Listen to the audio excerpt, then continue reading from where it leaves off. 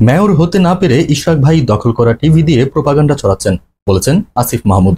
Mayor হতে পারেননি, তাই শুরু হয়েছে মিডিয়া দখল আর প্রোপাগান্ডা। সরাসরি নাম নিয়ে বোমা ফাটালেন আসিফ মাহমুদ। ঢাকা দক্ষিণের সাবেক মেয়র প্রার্থী ও বিএনপি নেতা ইশরাক হোসেনকে নিয়ে বিস্ফোরক অভিযোগ করলেন অন্তর্বর্তী সরকারের যুব ও ক্রীড়া উপদেষ্টা আসিফ মাহমুদ।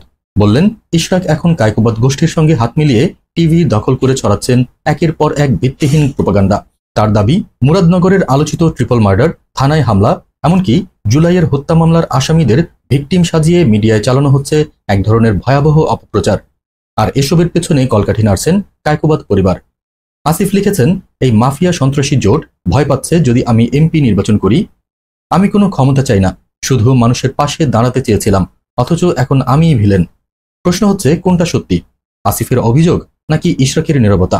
মিডিয়া যখন কারো হাতের পুতুল, তখন সত্যটা কোথায় খুঁজবে মানুষ?